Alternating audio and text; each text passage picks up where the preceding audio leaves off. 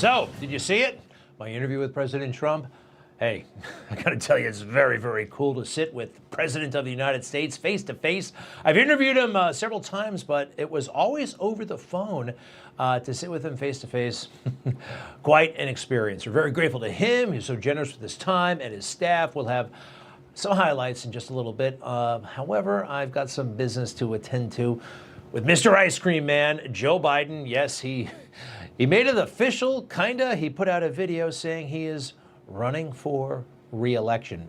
I did not think he would actually follow through with this. I don't think he'll be the nominee ultimately, but he dropped a video this morning on social media, and let's go.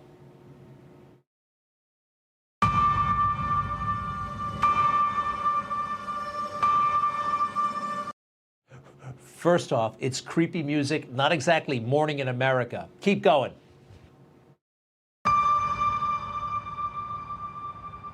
Freedom, personal freedom is fundamental to who we are as Americans. There's nothing more important, nothing more sacred. That's been the work of my first term. I'm going to interrupt from time to time. Freedom is the theme of his first term? Freedom? Freedom?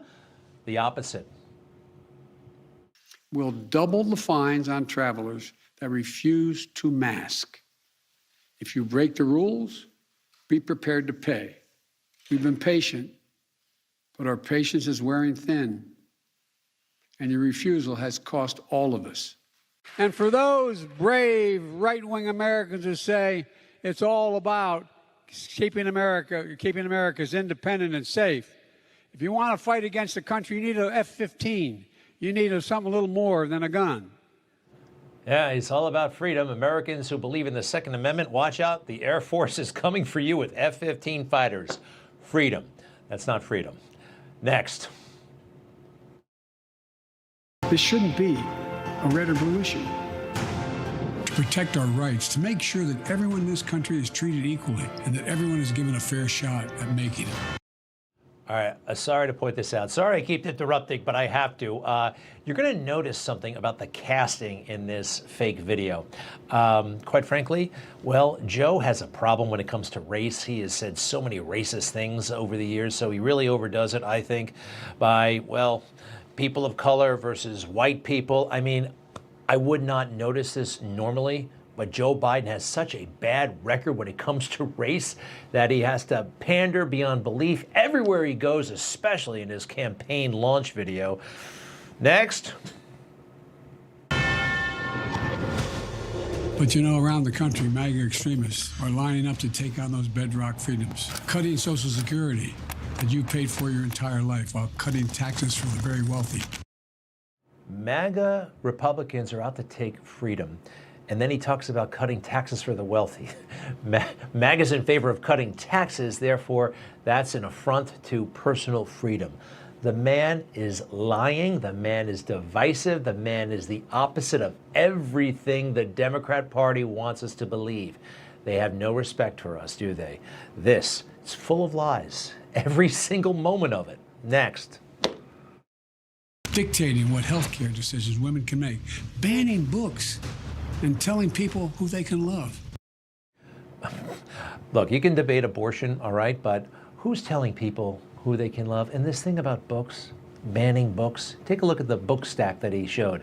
No one's trying to ban To Kill a Mockingbird or, no, these books are fine, all right? These books, the books that we're concerned about are the pornographic books that are finding their ways into schools like Lawn Boy, all right? Even the writer of this book says children should not be reading it.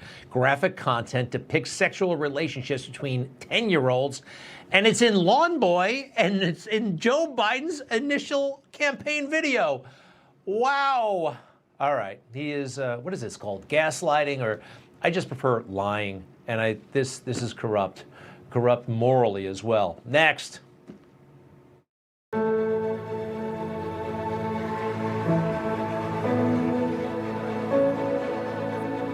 When I ran for president 4 years ago, I said we're in a battle for the soul of America, and we still are. That was the Charlottesville lie, by the way, 4 years ago. Also based his whole campaign on a lie that President Trump said good people on both sides. He wasn't talking about the white supremacists, and he said so out loud. The fundamental, the original sin, if you will, of the Biden White House. Next. The question we're facing is whether in the years ahead we have more freedom or less freedom, more rights or fewer. I know what I want the answer to be, and I think you do too. These people want to take away our gas stoves. These people are actually taking away AM radio in pickup trucks, and they have the gall to say they're standing for freedom. How you doing? Next. This is not a time to be complacent. That's why I'm running for re-election. Because I know America. I know we're good and decent people. Good, decent people. Joe, America, yes. You? I don't know. You say you know America. You've been in the United States Senate since the age of 29, and look at all the stuff you've acquired over the years. I don't think you know America. I think you're out for number one, all right? In the United States Senate since the age of 29. He's lost it. He's lost it here, and he's lost touch. Big time. We all know it. Next. And this is our moment.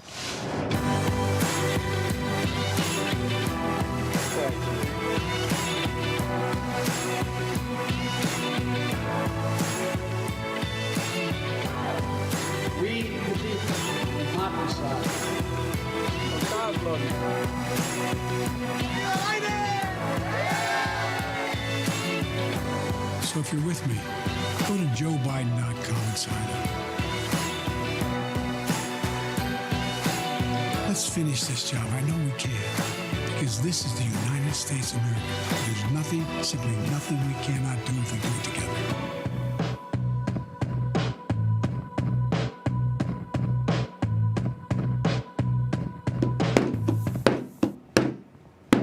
Vote for the music.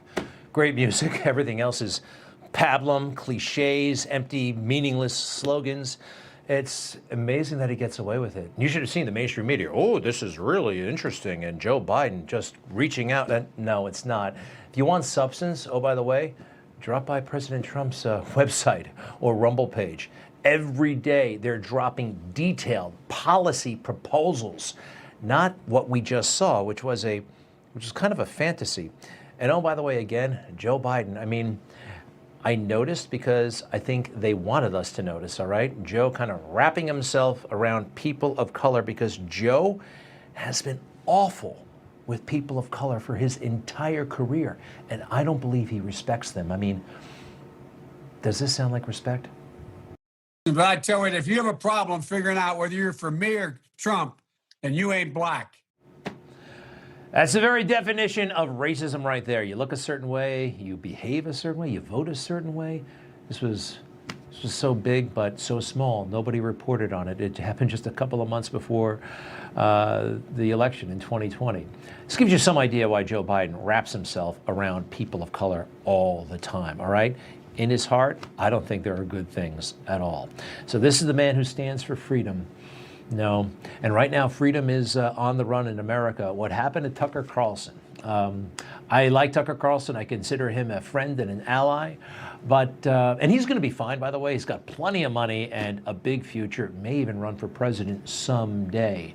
But what happened to him is a sign that freedom is under assault. First, the great things, two of the great things that he did, brought to light some of the real truth about January 6th. The Horns guy being escorted around by Capitol Police. What the hell was going on there? It's almost like the entire thing was a setup, like they wanted him to get inside the United States Senate. And they never have provided an explanation for this. And how about Officer Brian Sicknick, who was alive and well when they said he had already been bashed in the head by a fire extinguisher by MAGA, which was a total lie.